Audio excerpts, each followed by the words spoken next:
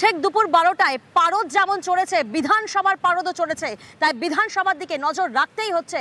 বিধানসভায় ব্যাপক উত্তেজনা, যে ছবি এই মুহূর্তে আপনাদেরকে দেখাবো। বিধানসভায় হট্টগোল বিজেপি বিধায়কদের।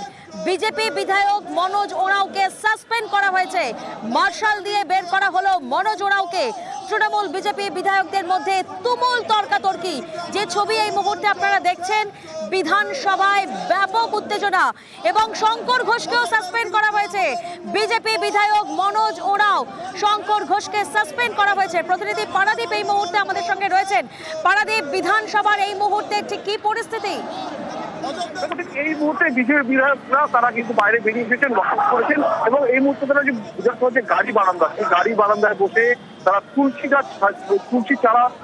গাছ নিয়ে এসেছেন এবং সেই তুলসী টব সামনে রেখে তারা স্লোগান শাউটিং করছেন। তুমি জানো যে আজ কোয়েশ্চেন অ্যান্সার পর্বে, প্রশ্নোত্তর পর্বে শিক্ষা ব্যবস্থায় যে অব্যবস্থা, সেই সম্পর্কিত ইস্যুতেই তুলে তিনি প্রস্তাব চান বিজেপি পরিষদীয় দল এবং সেক্ষেত্রে স্পিকার বিমান বন্দ্যোপাধ্যায় তিনি বলেন যে যেহেতু বিষয়টি বিচারাধীন রয়েছে সেহেতু এটি মুলতবি প্রস্তাব আনা যাবে না এবং তিনি খারিজ করলেন বিজেপির এই মুলতবি প্রস্তাব। এবং তারপরেই বিধানসভার অলিন্দে বিধানসভার ভিতরে অধিবেশন করতে কিন্তু উত্তেজনা তৈরি হয়। একদিকে এবং বিজেপি বিধায়করা তারা নিজেদের আসনে দাঁড়িয়ে পড়ে তারা স্লোগান শাউটিং শুরু করবেন। অন্যদিকে একই রকম ভাবে আজকে বিধানসভা অধিবেশন কক্ষে মুখ্যমন্ত্রী মমতা বন্দ্যোপাধ্যায় তিনিও ছিলেন এবং এরপরে স্পিকার একটা সময় উঠে দাঁড়িয়ে তিনি বলেন যে মনোজ ওরাও কুমার তাকে সাসপেন্ড করা হচ্ছে এবং একই সঙ্গে সাসপেন্ড করা হয় শিলিগুড়ির বিধায়ক বিজেপির বিধায়ক শঙ্কর ঘোষকে। এবং এমন উত্তেজনা এমন পর্যায়ে পৌঁছায় যে একটা সময় মার্শাল ডেকে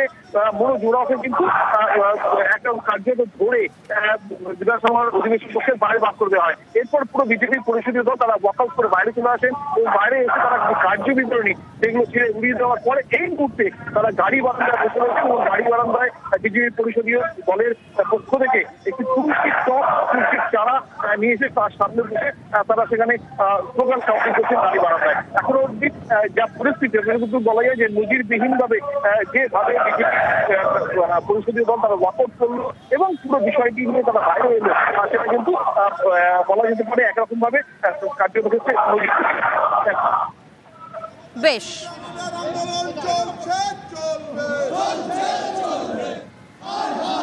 অযোধ্যার বিরুদ্ধে আমাদের আন্দোলন চলছে, অযোধ্যার বিরুদ্ধে আমাদের আন্দোলন চলছে, অযোধ্যার বিরুদ্ধে আমাদের আন্দোলন যোগ্যদের পক্ষে আছি। দুষ্কৃতীদের আড়াল করা হচ্ছে, অযোগ্যদের আড়াল করা হচ্ছে, তারই বিরুদ্ধে আমরা সরব হয়েছিলাম বলে আমাদের মার্শাল ডেকে বের করে দেওয়া হয়েছে।